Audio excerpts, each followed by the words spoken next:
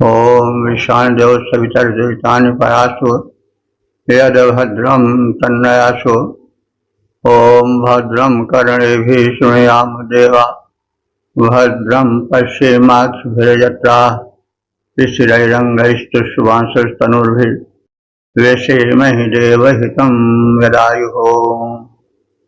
वेद प्रेमियों सुधी श्रोताओं संप्रथम सब ऋग्वेद के दशम मंडल के 85वें सूक्त की व्याख्या में प्रवेश करने जा रहे हैं। इस सूक्त में 47 मंत्र हैं। मंत्र दृष्टा सावित्री सूर्या है जो ऋषिका है और देवता सोम है। और इस सूक्त के प्रथम मंत्र का शीर्षक है सोम की स्थिति। अब संबंधित मंत्र का सर्वप्रथम स्वर पाठ हो जाए।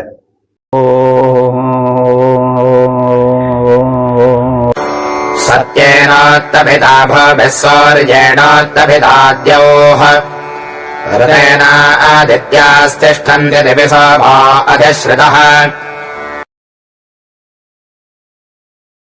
इस प्रथम मंत्र में यह दिखाया गया है कि परस्पर आकर्षण शक्ति से आकाश में निराधार ग्रह नक्षत्रों की स्थिति है। सत्येन भूमि उत्भिता, सत्य द्वारा भूमि यानी पृथ्वी आकाश में टिकी है। तो सत्य वही ऋत है, ऋत ही ब्रह्म भी है। ब्रह्म को कोई देख तो नहीं सका है, लेकिन जो एक शाश्वत सत्य है उसी से ब्रह्मांड चल रहा है, वही ब्रह्म भी है। तो पृथ्वी आकाश में निराधार कैसे टिकी है? सत्य के बल से। सत्य ही को ऋत कहा जाता है और ऋत ही ब्रह्म है, वही सत्य है। उसी से यह पृथ्वी आकाश में टिकी हुई है। सूर्य देव उत्तभिता, सूर्य माने सूर्य द्वारा, देव माने आकाश में जो संबंधित ग्रह हैं बृहस्पति आदि, वे उत्भिता माने ठहरी हुई हैं, यानी सूर्य के आकर्षण शक्ति से जो आकाश में बृहस्पति आदि ग्रह हैं, पिंड हैं, वे सब ठहरे हुए हैं, टिके हुए हैं। ऋतेन आदित्याः तिष्ठन्ति, ऋत से, सत्य से, ऋत का सत्य भी होता है, वह सत्य जो शाश्वत सत्य है। जैसे आकर्षण शक्ति शाश्वत सत्य है, आकर्षण शक्ति से ही आज से अरबों खरबों यानी न जाने कितने साल गणना उसकी नहीं की जा सकती, ग्रह नक्षत्र निराधार टिके हुए हैं आकाश में। तो यह आकर्षण शक्ति परम सत्य है, यही ऋत है। ऋत का अर्थ यज्ञ भी होता है। तो यज्ञ भी जो क्रिया चल रही है शाश्वत सत्य रूप में, वो यज्ञ भी है, वही यज्ञ है। तो सत्य जो है, जो यज्ञ स्वरूप है, लोकहित में जिसकी स्थिति है, अथवा जो सत्य का सिद्धांत आकर्षण शक्ति है, उसी के बल से आदित्य भी, आदित्य गण, सूर्य के सदृश अन्य जो तेजस्वी पिंड हैं वे, अथवा इंद्र आदि दिव्य शक्तियां भी उसी आकर्षण शक्ति से अथवा उसी यज्ञीय शक्ति से स्थिर हैं।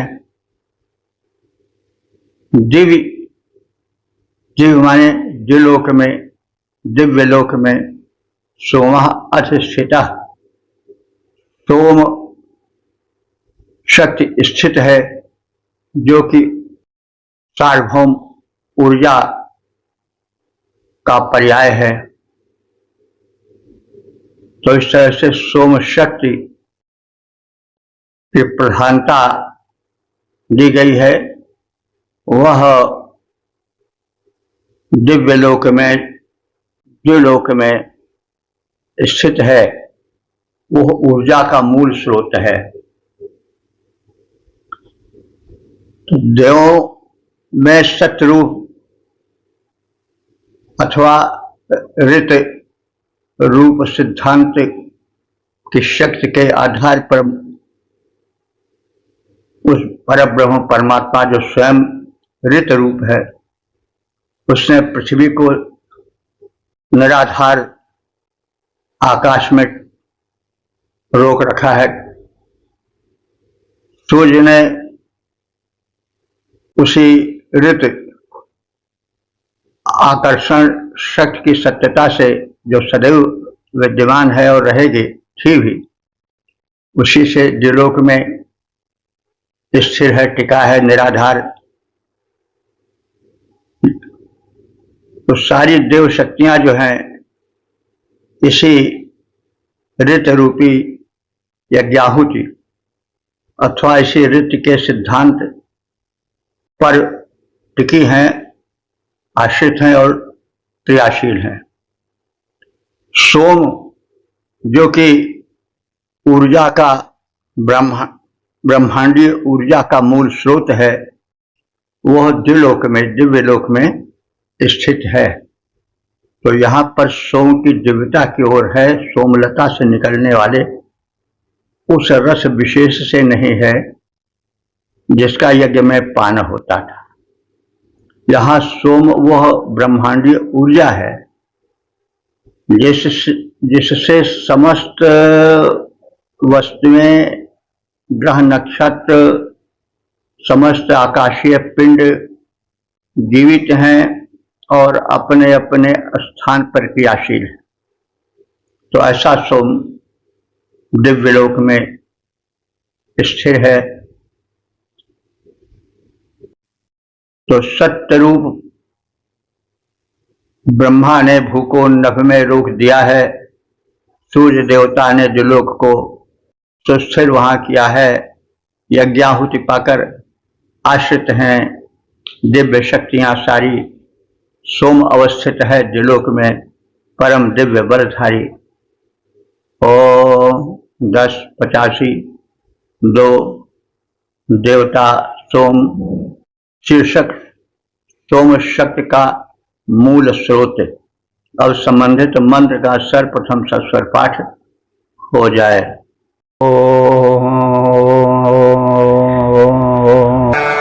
सोमेनादित्या बलिनः सोमेन पृथिवी मही अथो नक्षत्राणामेषा भवस्थे सोम आहितः। इस दूसरे मंत्र में सोम को ब्रह्मांडीय ऊर्जा का प्रारूप माना गया है। सोमेन आदित्य बलिना, उस अखंड ऊर्जा के स्रोत सोम शक्ति से ही आदित्य के पुत्र अथवा अखंड शक्ति से उत्पन्न ग्रह, नक्षत्र आदि सब बलधारी हैं। इस सोम शक्ति से ही समस्त ब्रह्मांड में, ग्रह नक्षत्रों में, आदित्य मंडल में बल का संचार है। सोमेन पृथ्वी में ही, इस सोम शक्ति के द्वारा ही पृथ्वी, मही माने व्यापक है, पृथ्वी का विस्तार इसी सोम शक्ति के कारण हुआ है। नक्षत्राणाम उपस्थित सोमः आहिता। नक्षत्राणाम माने नक्षत्रों के मध्य। नक्षत्र और ग्रह में क्या अंतर होता है इसे जान लें। नक्षत्र वह पिंड हैं जो स्वयं प्रकाशित हैं, जैसे सूर्य नक्षत्र है। और ग्रह कौन है? जो स्वयं प्रकाशित नहीं है, नक्षत्रों से प्रकाश पाते हैं, जैसे पृथ्वी, बृहस्पति, शुक्र, शनि आदि। तो इस व्यापक ब्रह्मांड में अनंत सूर्य, अनंत ग्रह, नक्षत्र आदि हैं। वैसे हमारे यहाँ नक्षत्रों के पुंज को 27 नक्षत्र में स्थिर किया गया है। 12 ग्रह हैं, लेकिन इनकी संख्या असीम है। और जो यह है वो भी केवल 27 से नहीं है, बल्कि 27 के उस गणना के अंतर्गत अनंत नक्षत्र आ जाते हैं। जैसे ग्रह है मीन, मेष, वृष, मिथुन आदि, तो इसमें एक ग्रहों का समूह है। अब मेष नाम इसलिए दिया कि वो सब देखने पर दूर से एक भेड़े के आकार के समझ पड़ते हैं। कुंभ जो है वो कुछ घटाकार समझ पड़ता है। तो उसमें अगणित ग्रहों का समवाय है और उसको इस प्रकार से विभक्त किया गया है आकाश को। तो हमारे यहाँ के ज्योतिष यानी नक्षत्र विद्या चरम पर थी। आकाश को ग्रह और नक्षत्रों में बांटा गया था और यह वैज्ञानिक सिद्धांत इसमें बताया जा रहा है कि जो सोम शक्ति है वह आदि ऊर्जा शक्ति है और उसी से जितने आदित्य के पुत्र नक्षत्र, जिनको आदित्य कहा गया है, ये नक्षत्रों का पर्याय समझ लिया जाए तो जितने स्वयं प्रकाशित पिंड हैं उन्हें नक्षत्र कहते हैं। और वे सब ऊर्जा, तेज, ओज किससे पाते हैं? सोम शक्ति से। सोम वह शक्ति है जो ब्रह्मांडीय ऊर्जा के रूप में कही गई है। सोमेन पृथ्वी में ही, सोम शक्ति के द्वारा पृथ्वी व्यापकता को प्राप्त है। नक्षत्राणाम उपस्थित सोमः आहितः। नक्षत्राणाम माने नक्षत्रों के उपस्थित माने मध्य में, सोमः आहितः सोम शक्ति ही स्थापित है। इसी कारण उनमें गति है, आकर्षण है, तेज है। तो आदित्य के पुत्र इंद्रादि देव अथवा अनंत नक्षत्र आदि सोम के कारण ही शक्तिशाली हैं। सोम के कारण पृथ्वी महिमा मंडिता है। नक्षत्रों के मध्य सोम स्थापित है, वही उनमें क्रियाशीलता, तेज, अनंत शक्ति, आकर्षण शक्ति भरता है। सोम शक्ति के कारण ही आदित्य शक्तिशाली हैं, पृथ्वी महिमा मंडित है, नक्षत्र सोमधारी हैं। सोम वह अदृश्य ऊर्जा है, दिव्य शक्तियों की मूल शक्ति है जो व्योम में व्याप्त है। प्रकाश पुंज, नक्षत्रों, सूर्य आदि का ईंधन सोम ही है। गुरुत्वाकर्षण उसी का एक रूप है। देखिए, सोम शक्ति के कारण ही सूर्य का या नक्षत्रों का ईंधन समाप्त नहीं होता है। ईंधन तो कैसा भी हो, वह कुछ समय में, वर्ष, 2 वर्ष, शताब्दी, सहस्राब्दी, हजारों वर्ष में जलकर तो समाप्त ही होगा, लेकिन सूर्य का ईंधन जो है वो जल रहा है लेकिन समाप्त नहीं हो रहा है। उसके पीछे है क्या? सोम शक्ति। सोम शक्ति सामान्य सिद्धांत की जो जलेगा वो बुझेगा, इससे अलग अपनी सत्ता की ओर इंगित करती हुई प्रतीत होती है। तो सोम वह अदृश्य ऊर्जा है, दिव्य शक्तियों की शक्ति है, जो व्योम में व्याप्त है। प्रकाश पुंज नक्षत्रों में सूर्य आदि का जो ईंधन है वो सोम शक्ति के कारण ही कभी समाप्त नहीं होता है। गुरुत्वाकर्षण भी उसी सोम शक्ति का एक रूप है। 1085 देवता सोम शीर्षक अलौकिक सोम। अब संबंधित मंत्र का सर्वप्रथम सत्वर पाठ हो जाए।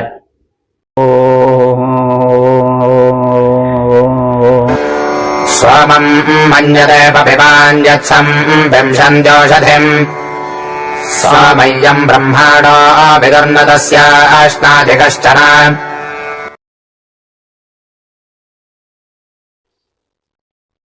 इस तीसरे मंत्र में स्पष्ट कह दिया गया है कि सोम ब्रह्मांडीय ऊर्जा है, वो वानस्पतिक कोई उपज नहीं है, लतादि के रूप में वह नहीं समझी जा सकती है। हाँ, उसमें सोम शक्ति का अधिक संचय नहीं, यह बात कहा जा सकता है। यह तथ्य जो है वो अभिव्यक्त किया जा सकता है, लेकिन वह सोम नहीं है। सोम जो है वो सार्वभौम शक्ति है, उसी को ऋत भी कहते हैं, यूनिवर्सल ट्रुथ, जो कि सदा रहा है और सदा रहेगा। जैसे आकर्षण शक्ति ग्रह नक्षत्रों में हमेशा रही है और रहेगी, क्योंकि अगर वह न हो तो सब पिंड एक दूसरे से टकरा करके चूरमूर हो जाएंगे। तो यहां पर बात बड़ी स्पष्ट रूप से कथित है कि भाइयों जान लो कि जिस सोम को तुम कूट पीस करके रस निकाल करके पीते हो और संतुष्ट हो जाते हो, प्रसन्न हो जाते हो, हमने तो सोमपान कर लिया, तो भैया यह तुम्हारा भ्रम है, भूल जाओ। वो सोम जो सही सोम है उसको सभी लोग नहीं पान कर पाते हैं। उसको पान करने वाले बिरले तत्वज्ञ ज्ञानी साधक होते हैं। ये औषधिम संपिशन्ति, जो लोग औषधि रूप सोमलता को संपिशन्ति माने पीसते हैं। पपिवान सोमम मनते, पपिवान माने जो पीने वाले हैं, वो यह मान लेते हैं कि मैंने सोमपान कर लिया है, बहुत बड़ी विजय हासिल कर ली, लेकिन वे भ्रम में है, सत्य से दूर हैं। यम सोमम, जिस सोम को ब्रह्माणा विदु, ब्रह्मनिष्ठ ज्ञानी जानते हैं, सामान्य ज्ञानी नहीं, जो बिल्कुल ब्रह्म के स्वरूप को जान करके ब्रह्मज्ञ बन चुके हैं। ऐसे जो ब्रह्मज्ञ उच्च कोटि के ज्ञानी विज्ञानी तपस्वी हैं, वे सोम के रहस्य को विदु माने जानते हैं। तो ब्रह्मनिष्ठ ज्ञानी ही सोम के तत्व के रहस्य को जानते हैं। तस्य कश्चन न अश्नात्, उस सोम के सत्य स्वरूप का पान अथवा उसका ज्ञान और उस तज्जन्य शक्ति को अपने में समाविष्ट करने की क्रिया को अयाज्ञिक नहीं कर सकता है। याज्ञिक माने जो यज्ञ शून्य है, जिनका जीवन साधना से दूर है, वे उस सोम तत्व को और उस तत्व से मिलने वाले लाभ को कदापि नहीं जान सकते हैं। इसे ब्रह्मनिष्ठ तपस्वी ज्ञानी साधक ही समझ सकते हैं। तो जब सोमलता वनस्पति रूपी औषधि पीसी जाती है, सोमलता से सोमरस निकाला जाता है, उस समय सामान्य जन समझ लेते हैं, संतुष्ट हो जाते हैं कि हमने तो सोमपान कर लिया है, परंतु वे भूल में है, सत्य से दूर हैं। जो ब्रह्मनिष्ठ ज्ञानी जन हैं, तपस्वी हैं, साधक हैं, वे ही वास्तव में उस सोम को पीते हैं जो ब्रह्मांडीय शक्ति है, जो उस लता से कहीं अलग है। उसे अयाज्ञिक यानी ऋत के सत्य के तत्व को समझने से दूर, त्याग तपस्या से अलग जो जन है, जिन्हें अज्ञानी भी कहा जा सकता है, वे उसका पान नहीं कर सकते हैं।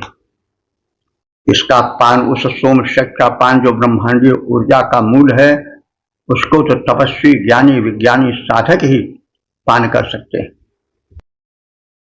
सोम लता से निकले रस का पीना, कहें सोम रस पान हमने किया, इस तरह कहते फिरते हैं जो वे हैं नादान।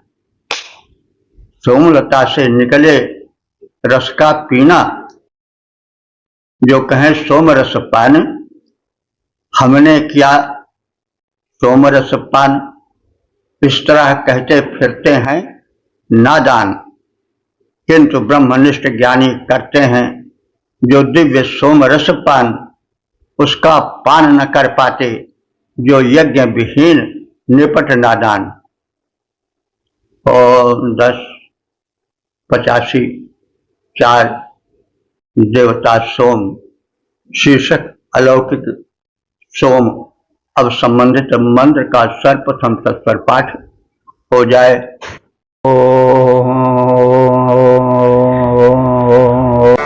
आच्छद्विधानैर्गुभिदा भारहरैः सामरक्षतः ग्राव्ढामिच्छृण्वन्दिष्ठसि न ते अष्टाधिपार्थिवः।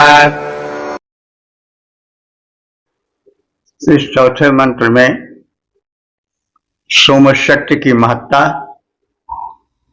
और उन सामान्य सोमोपाइयों के भ्रम का निवारण किया गया है, जो केवल ग्रावा पत्थर जिससे कि सोमलता को कर रस निकालने की प्रक्रिया पूरी होती है, उसके द्वारा यानी उस ग्रावा पत्थर के द्वारा कूटपीट से निकाले गए वानस्पतिक सोमरस को जो सोमरस मानते हैं, वे सही रूप से सोम के रहस्य को नहीं समझ पाए। तो हे सोम रस या हे सोम देवता अखंड शक्ति स्वरूप दिव्य सोम, आच्छद विधान गुप्त विधानों द्वारा यानी गुप्त साधना द्वारा वासत ही रक्षिता, तुम बृहत साधना करने वाले के द्वारा रक्षित हो, यानी तुम्हारे स्वरूप की सुरक्षा, तुम्हारे स्वरूप का ज्ञान जो बृहत साधना रत साधक हैं वही कर पाते हैं। ग्रावणाम, जो ग्रावा पत्थर की भाषा को ही समझ करके सोम को वहीं तक सीमित रखते हैं, ते पार्थिवा, वे पृथ्वी के निवासी साधारण मनुष्य सोम के सच्चे रहस्य को, शक्तिमत्ता को पहचानने से बहुत दूर है।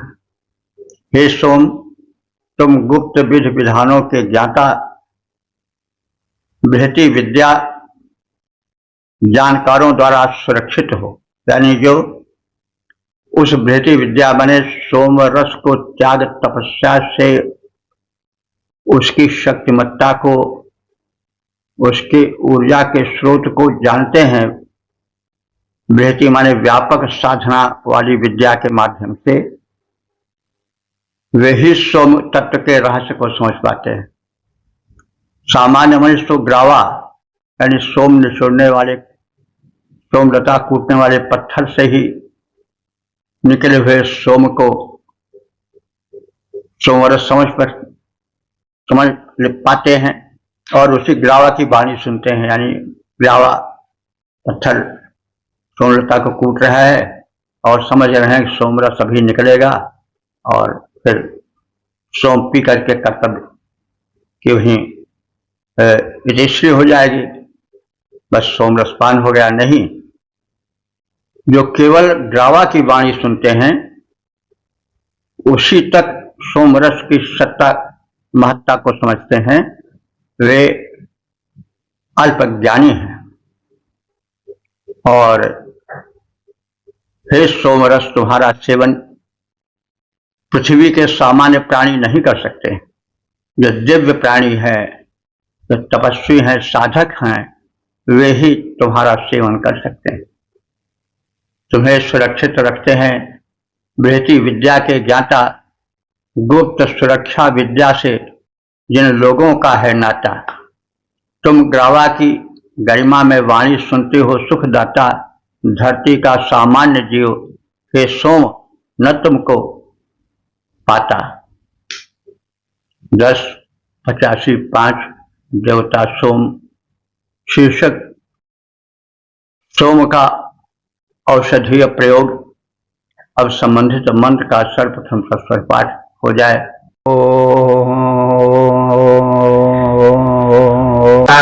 देव प्रपिबन्धि तदाप्याजसे पुनः वाजुस्सोमस्य रक्षिता समानां मास आकृतिः। इस पांचवें मंत्र में सोम के सूक्ष्म रूप का, उसकी ब्रह्मांडीय व्याप्ति का कथन है। और यह कहा गया है कि सोम शक्ति वायु में घुली मिली रहती है और वायु के माध्यम से सोमरस उस ब्रह्मांडीय शक्ति को ग्रहण किया जा सकता है, उसको पचाया जा सकता है, शरीर को पुष्ट किया जा सकता है। फिर शरीर की जीवन अवधि बढ़ सकती है और एक महीना जो है वो एक वर्ष में परिणत किया जा सकता है, यानी 12 गुना आयु की रेखा बढ़ सकती है। तो यह एक सोम शक्ति का वो प्रारूप है जिसको इस संकेत रूप में कथित सत्य को साधक ऋषियों मुनियों ने समझा और प्राणायाम की साधना की, वायु को सिद्ध किया और वायु के माध्यम से जो वायुमंडल में सोम शक्ति घुली है उसको अपने शरीर में सोख लिया और ऊर्जा का संचार किया। तो इस क्रिया के सिद्ध हो जाने पर आयु जो है वो 12 गुना बढ़ सकती है। इसका प्रयोग किया साधक ऋषियों ने, महर्षियों ने, और यही प्राण विद्या है। आजकल प्राण विद्या यानी ये योग को केवल लोग आसन तक ही सीमित रखे हैं। यह एक भूल सी युग की है। वह प्राण शक्ति की वो साधना जो सोम शक्ति के रूप में इन मंत्रों में संकेतित है, वही सच्ची प्राण साधना है, वही सच्ची योग साधना है। और उसी के बल से मनुष्य जीवन की अवधि को 10, 12, 14 गुना बढ़ा सकता है। तो शरीर को शक्ति चाहिए। शक्ति जब वायु के माध्यम से मिल जाएगी तो फिर ऊपर से भोजन ग्रहण कर और उसमें शरीर के कल पुर्जों को कमजोर बनाकर जीवन बिताने और अल्प जीवन पाने की सीमा समाप्त हो जाती है। तो यह प्राण साधना के स्वरूप का संकेत है। तो यह एक वैज्ञानिकता है। यद्यपि भाष्यों में कुछ ऐसा संकेत नहीं है, लेकिन तथ्य यही है।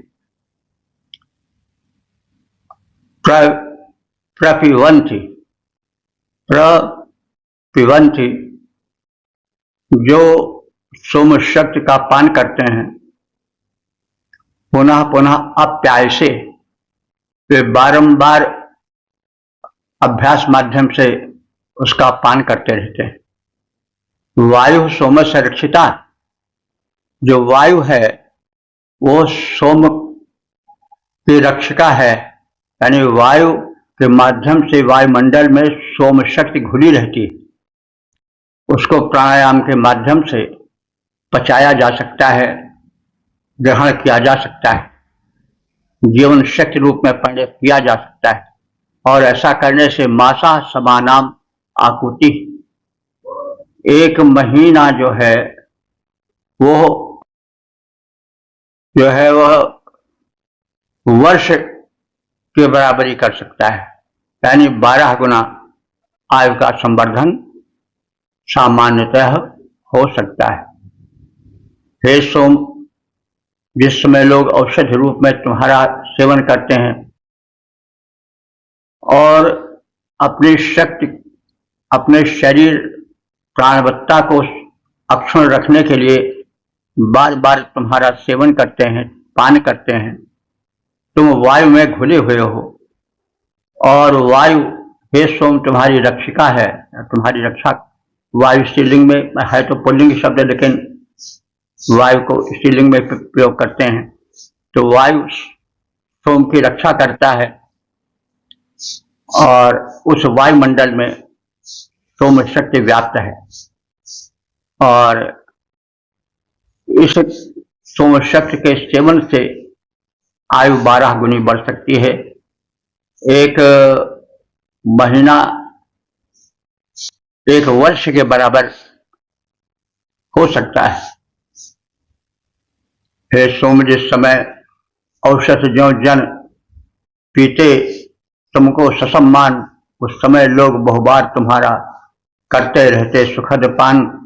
वायु देवता बार बार तेरी रक्षा करते, वैसे सभी महीने मिल संवत्सर की रक्षा करते। जैसे आयु 12 गुना बढ़ जाती है, ऐसा मानो हे सुजान, तुम सोम शक्ति की सही रूप से कर लो अब पहचान। ओम 10:85 देवता सूर्य, शीर्षक सूर्य का विवाह।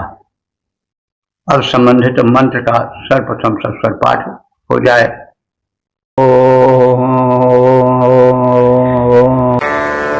रयिभ्यासेदनुतेजेनाराशंसेऽन्योचने सूर्याजा भद्रमिद्वासो गाथयैति परिष्कृतम्।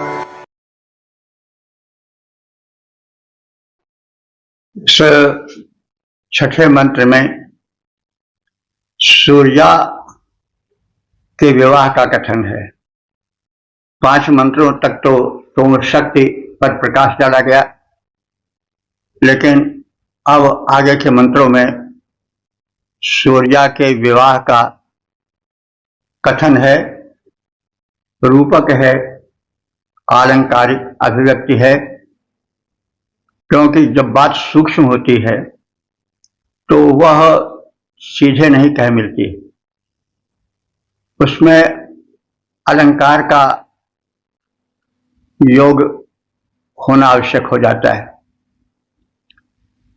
अब इसको आप लोग इस तरह समझ सकते हैं, जैसे कबीरदास जी थे तो परमात्मा मिलन से उनको एक दिव्य आनंद ध्यान में प्राप्त हुआ। तो ध्यान की भाषा में उन्होंने जो कह डाला, उसमें उन्होंने अपने को दुल्हन बना दिया कि हरि मोर पीऊ मैं हरि की बहुरिया। वे कबीर जो वज्रतुल्य वाणी कहते थे, करे हिंदू राह न पाई, हिंदू अपन करें बड़ाई, गागर शून्य देही और बेश्या के पायन तो सोई। देखो हिंदू आई, मुसलमान के पीर अवलिया मुर्गी मुर्गा खाई, और खाला की बेटी ब्याह घर में करें सगाई। तो जो इतने रुक्ष वाणी को बिना किसी भय के कह सकते थे, वे जब उस परमात्मा शक्ति के ध्यान में मग्न होते हैं तो उनकी भाषा बदल जाती है। विद्वानों ने उसको सतुक्कड़ी भाषा कहा है, हम यहाँ पर इसको ऋषि की भाषा कह सकते हैं। लेकिन जब भाव गहरा होता है तो अभिव्यक्ति में एक अलंकारिकता आ जाती है। जैसे हमने कहा अभी कि दुल्हनी गाओ मंगलाचार, तुम्हारे घर आए राजा राम भरतार। अभी कबीरदास जी के वांचन रथ कर मैं मन रथ करी हो, पांचों तत्व बराती, रामदेव संग भावर नहीं हो मैं यौवन मदमाती। तो अब कहाँ कबीर का वो रुखी वाणी, कहाँ यह वाणी। तो ये जब दिव्य शक्ति की सूक्ष्मता की अभिव्यक्ति का समय आता है तो वाणी में कुछ ऐसा ही अटपटापन आ जाता है। तो मैंने कबीर का उदाहरण इस ऋचा के सत्य को और विवाह के रूपक को स्पष्ट करने के लिए कहा। इसमें हमें कबीर का प्रतिपादन नहीं करना है, बल्कि एक इस सूर्या और उसके विवाह का और उसके अलंकरण का जो कथन है उसको ग्राह्य बनाने के लिए, सुग्राह्य बनाने के लिए, कि जिससे वो हृदय में बैठ जाए, ये उदाहरण मैंने दिया। तो यह आर्ष भाषा है, सतुक्कड़ी भाषा कबीर की तरह है। यह सामान्य भाषा से कुछ अलग सी है। तो अब सूर्या कौन है और उनका विवाह क्या है? तो वो एक शक्ति का शक्तिमान से मिलन की कहानी है, मिलन की वार्ता है, मिलन की अभिव्यक्ति है। तो अब सूर्या क्या है? सूर्य से ही सूर्या बना है। तो सूर्य की जो शक्ति है वो सूर्य की पुत्री है, ऊर्जा सूर्य की पुत्री है, और उस ऊर्जा का जो मिलन होता है विशिष्ट व्यक्तित्व में, वही उसका विवाह है। तो जब सूर्या का विवाह हुआ तो विवाह में उस नववधू की सखियां भी होती हैं, उसकी दासियां भी होती हैं, उसका वस्त्र अलंकरण भी होता है। तो इन सब को बताया गया है कि सूर्या का विवाह जब हुआ तो उस विवाह के अवसर पर उसकी सखियां कौन थीं, उसकी दासियां कौन थीं, उसका वस्त्र क्या था, और उसको परिष्कृत माने साफ सुथरा सजाने वाले कौन थे। तो रैभी नाम की ऋचा, कुछ ऋचाएं हैं जो रैभी ऋचा कही जाती हैं। तो वे वेद की ऋचाएं धनु देदी आशित, वे अनुदेयी आशित, अनुगमन करने वाली उसकी सखी बनी। उसकी मतलब सूर्या की सखी बनी। उसके विवाह के अवसर पर सखियों का एक विवाह में योगदान होता है।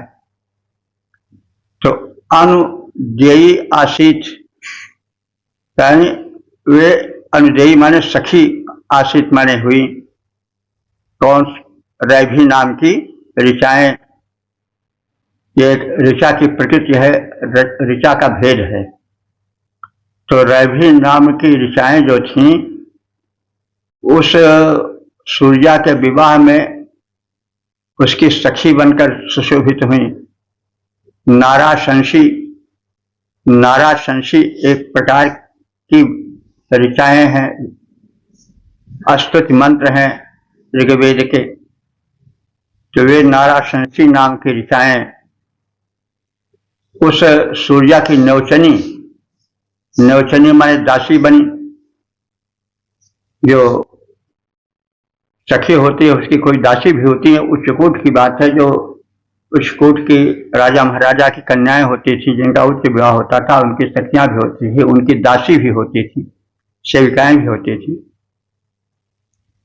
तो अब तो दासी नहीं होती हैं, लेकिन यह युग है।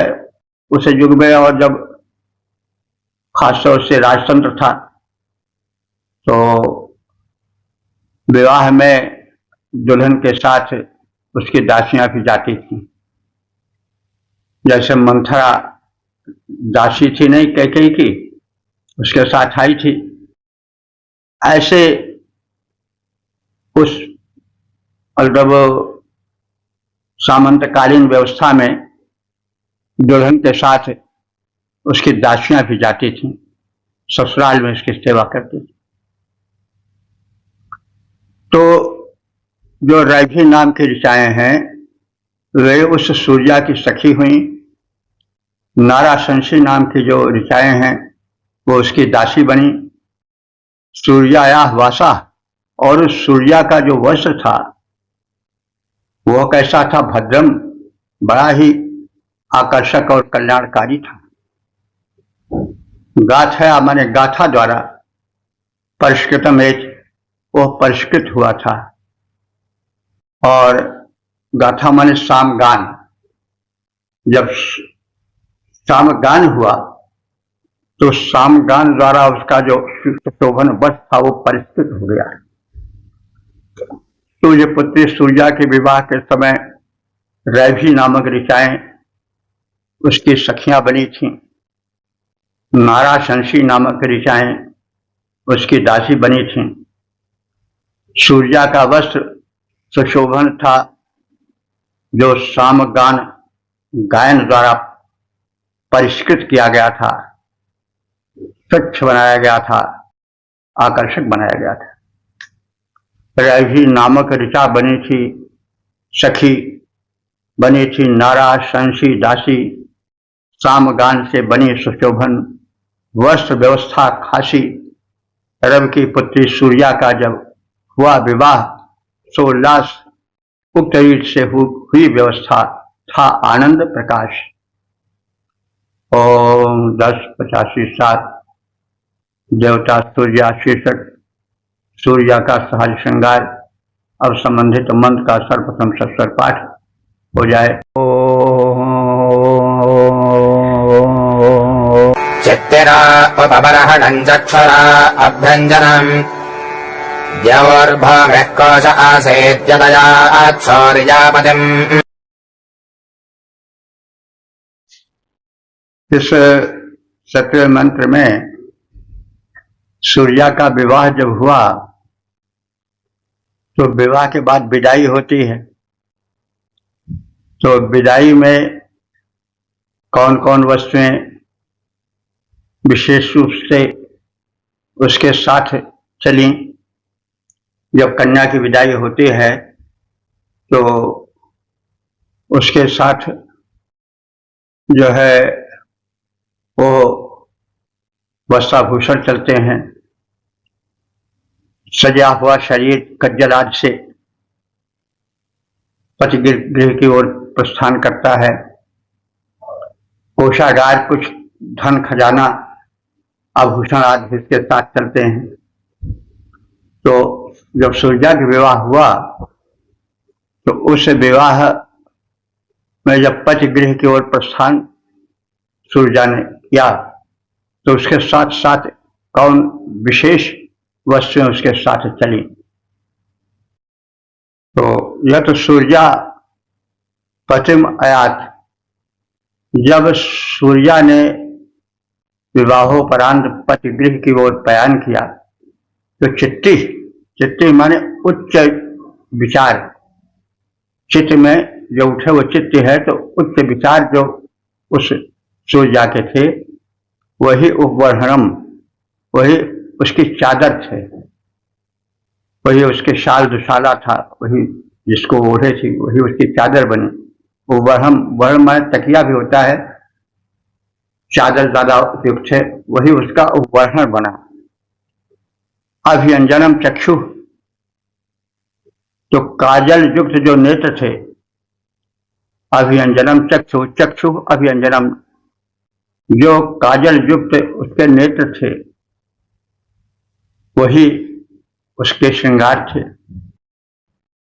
देवभूमि, जो देव माने आकाश और भूमि है, वही उसका कोषागार था, वही उसका दहेज था जो उसके साथ चला।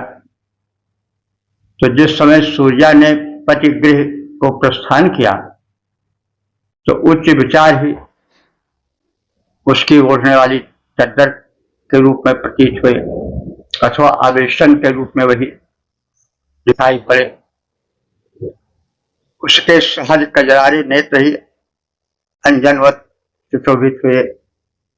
देवा पृथ्वी ही उसका दहेज था, कोषागार था, यानी दिलो भूलोक ही जो था वो सब पूरा उसका दहेज था, कोषागार था। तो ये संकेत मिलता है कि कुछ दहेज में जरूर दिया जाता था, आभूषण वगैरह ही हो।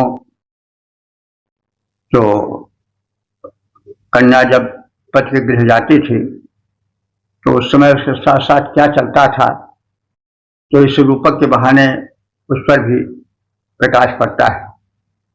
जिस समय सूर्या ने निज पति के गृह को किया पयान, शुभ विचार आवेष्टन कजरारे दृग काजल के समान, द्यावा पृथ्वी सहज रूप से कोषागार बने, प्राकृतिक संपदाएं मिलकर तब शुभ श्रृंगार बने, उसके कोषागार बने। ओम 10:85-8 देवता सूर्या, शीर्षक सूर्या का विवाह विवरण। अब संबंधित मंत्र का सर्वप्रथम स्वर पाठ हो जाए।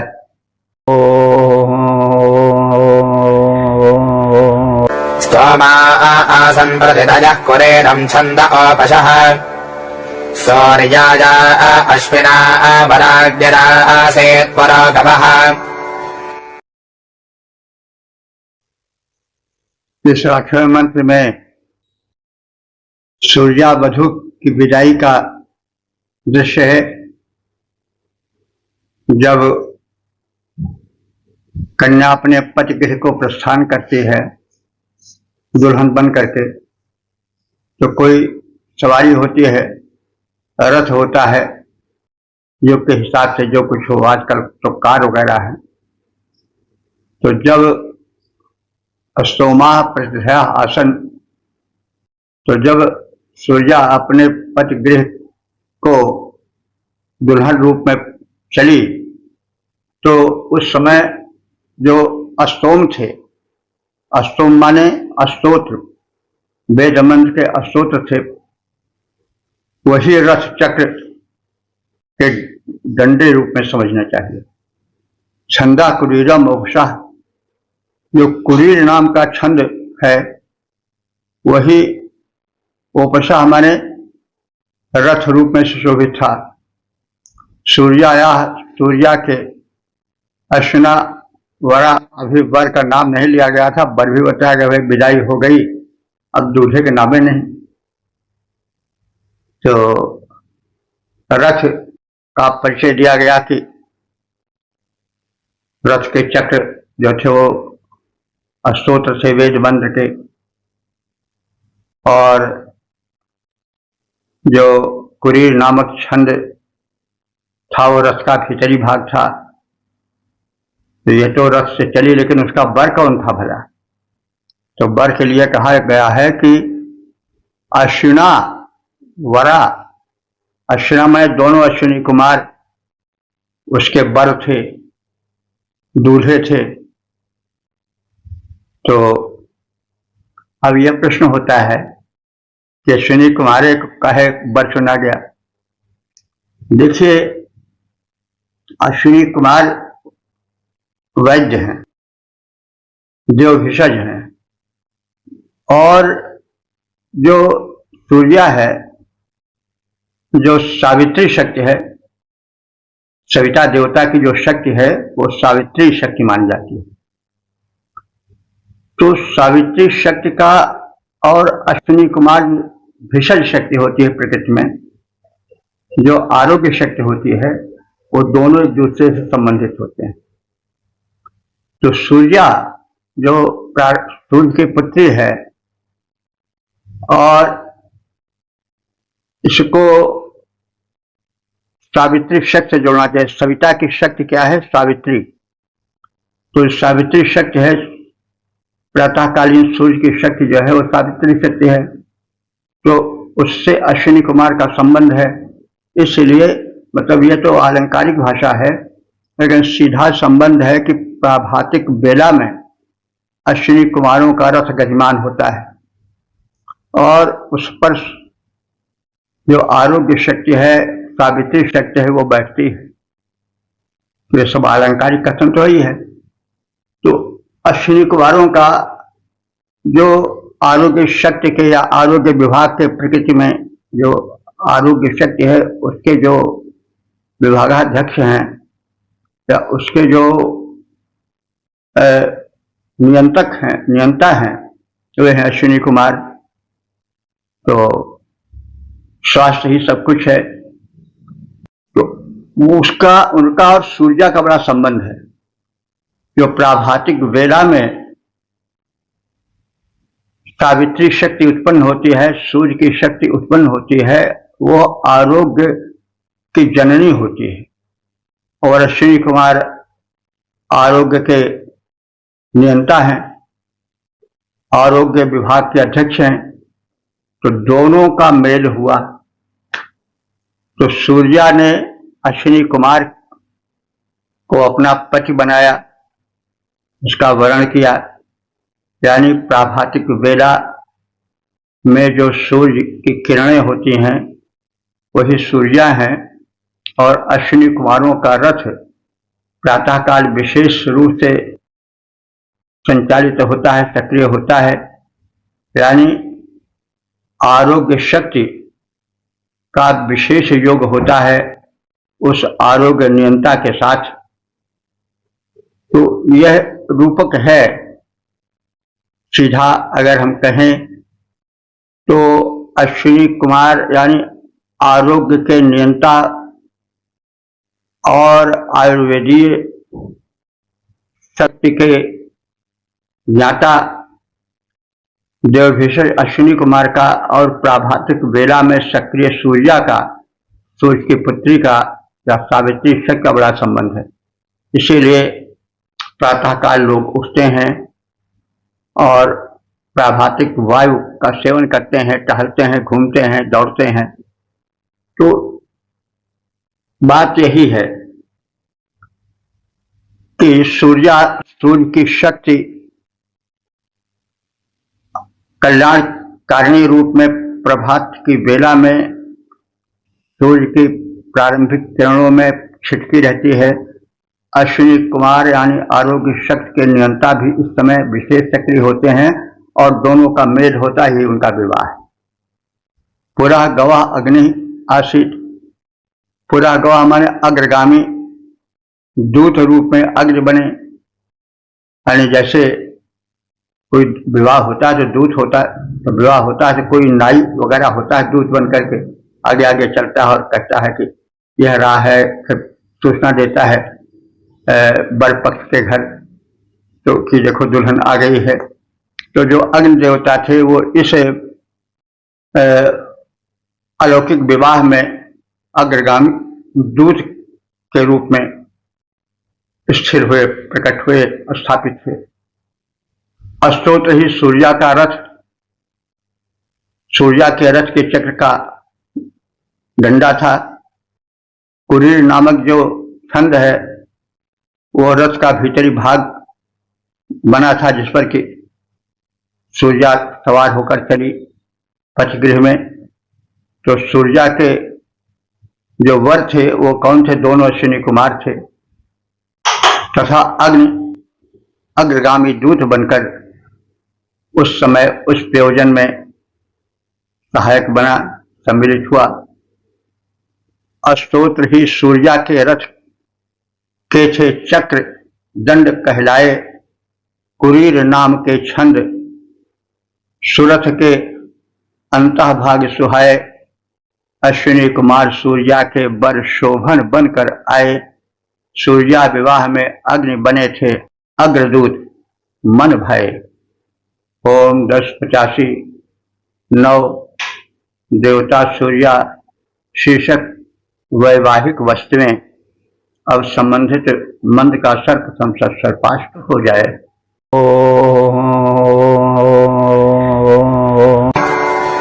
सोमा अबधोजर भवदश्विना आस्ता भवाभरा शौर्यान्यत्पत्येषं सन्ते मनसा सविता ददात। इस नवे मंत्र में यह कथित है कि सूर्या के विवाह के लिए वर रूप में सोम भी तैयार थे। वे भी चाहते थे कि हमसे विवाह हो जाए सूर्या का। सूर्य की पुत्री, सूर्य की शक्ति सूर्या है। लेकिन सूर्या ने अश्विनी कुमारों को वरण किया और अश्विनी कुमारों से उसका विवाह हो गया। तो सोमा बधूयुः अभवन। सोम जो थे, सोम देवता, वे भी बधूयुः माने बधू के इच्छुक थे। बधूयुः अभवन, बधू के इच्छुक हो गए थे। यानी सोम देवता भी चाह रहे थे कि हम सूर्या से विवाह कर लें। वे भी एक कैंडिडेट थे। उहा अश्विना वरा, लेकिन जो सूर्या थी वो दोनों अश्विनी कुमारों को ही वर रूप में पसंद किया। तो इससे उस समय विवाह में कन्याओं को छूट थी। वर चयन में कुछ ऐसा भी संकेत मिलता दिख पड़ता है। तो सोमा बधूयुः, बधू माने बधू के इच्छुक। सोम देवता भी बधू के इच्छुक थे, सूर्या का विवाह उनसे हो जाए। लेकिन ओहा अश्विना वरा, जो दोनों अश्विनी कुमार हैं, उनको ही सूर्या ने वर रूप में वरण किया, चुना। पत्ते संसंतीम सूर्याम, पति की इच्छा करने वाली सूर्या को मनसा सविता अददात, उनके पिता सविता ने अश्विनी कुमारों को ही मनोयोग से प्रदान किया। मनसा सविता अददात, सविता देवता वही सूर्य की पुत्री सविता, तो सूर्या वही हुई, सविता भी वही सावित्री शक्ति है।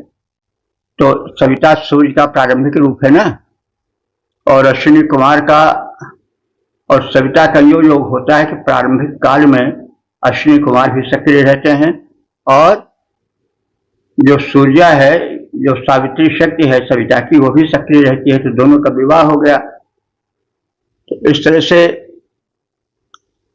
सविता देवता ने अपनी पुत्री सावित्री का, यानी सूर्या का, मन से प्रदान किया अश्विनी कुमारों को। मनसा सविता अददात, सविता ने मनोयोग पूर्वक अपने कन्या सूर्या को अथवा सावित्री को प्रदान किया। अश्विनी कुमारों को सूर्या मन से पति की इच्छा करती थी। जिस समय सूर्य ने अपनी पुत्री सूर्या को अश्विनी कुमारों को दिया, उस समय सोम भी उस सूर्या के साथ विवाह करने के इच्छुक थे, किंतु अश्विनी कुमार ही उसके वर रूप में चुने गए और सविता ने, सूर्य देवता ने अश्विनी कुमारों को ही अपनी पुत्री सूर्या को प्रदान किया। सूर्या जब पति की निज मन में लगी कामना करने, सूर्या जब पति की निज मन में लगी कामना करने, तभी सोम भी उससे विवाह की इच्छा लगे थे भरने, किंतु सूर्य ने अश्विनियों को स्वतः प्रदान किया। अश्विनी कुमारों को रवि ने वर का स्थान दिया। ओम 108510 देवता सूर्या पतिगृह गमन का साधन रथ। अब संबंधित मंत्र का सर्वप्रथम सस्वर पाठ हो जाए। मना अस्या अन आसेद्यवरा आसेदुदच्छतिः शुक्रावनड्वाः आवास्तायदया अच्छौर्याग्रहम्। इस 10वें मंत्र में सूर्या के पतिगृह गमन के दृश्य का अंकन किया गया है। सूर्या की विदाई हुई, विदाई में रथ, सारथी आदि कौन थे, रथ की छतरी ऊपर का जो कवर होता है वो क्या था, रथ को चलाने वाले कौन थे, आदि आदि का सब रूपक परक कथन है, अन्योक्ति परक कथन है। तो यत माने जब सूर्या गृहम आयात, पति के घर को पयान किया, अस्याह अनह मनः आसीत, इसका रथ जो था उसका मन ही था। अस्याह अनह मनः आसीत, इसका जो रथ था वो मन ही था, यानी मन ही उसका रथ था। रूपक है उत माने और, देव छर्दी, देव माने आकाश, फिर उसकी छर्द माने छत थी। रथ होता है तो उसके ऊपर कुछ एक छत होती है, कोई कवर या कोई ऐसा भाग होता है जो छाया किया रहता है। तो आकाश ही उस रथ की छत थी। शुक्र अनड्वाहु, उस रथ को खींचने वाले कौन थे? शुक्र माने दो तेजस्वी वृषभ, अनड्वाह कहते हैं वृषभ को। शुक्र अनड्वाहु, दो तेजस्वी वृषभ थे जो कि उसके रथ को खींच रहे थे। वे कौन थे? सूर्य और चंद्र। शुक्र कहते हैं तेजस्वी को, वास्तव में ग्रह तो वही है, लेकिन शुक्र ग्रह भी इसीलिए शुक्र कहा जाता है कि वह सायंकाल जब उगता है तो अन्य तारों से अधिक तेजस्वी प्रतीत होता है। तो शुक्र का मूल अर्थ होता है तेजस्वी। तो शुक्र द्विवचन है। तो जो अनड्वाह कहते हैं बैल को, वृषभ को, बैल खींचते हैं रथ को, गाड़ी को। तो उस शुक्र, उस जो सूर्या थी उसको पतिगृह तक पहुंचाने वाले रथ के सारथी कौन थे? यह कहा जा रहा है कि वे दोनों शुक्र थे। माने शुक्र का मतलब हुआ कि बड़े तेजस्वी थे, और तेजस्वी कौन थे? सूर्य और चंद्र थे, वे ही उसके रथवाहक थे। तो जिस समय सूर्या अपने पतिगृह में पहुंचने के लिए प्रयाण किया तो उस समय मन ही उसका रथ था और आकाश ही रथ के ऊपर की छतरी थी। दो शुक्र यानी तेजस्वी सूर्य और चंद्र ही उसके रथवाहक वृषभ थे।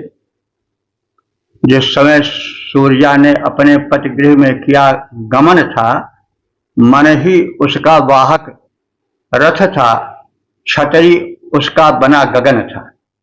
जिस समय सूर्या ने अपने पतिगृह में किया गमन था, मन ही उसका वाहक रथ था, छतरी उसका बना गगन था। तेजस्वी दो सूर्य चंद्र जो वही चलाते उसका रथ थे, उसका रूप अलौकिक, उसके सारे ही वृत्तांत अकथ थे। तो इस प्रकार से इस वैवाहिक प्रकरण को सूर्या के विवाह, उसके पति, रथ और अन्य वैवाहिक सामग्रियों, सखियों, दासियों आदि का वर्णन किया गया है।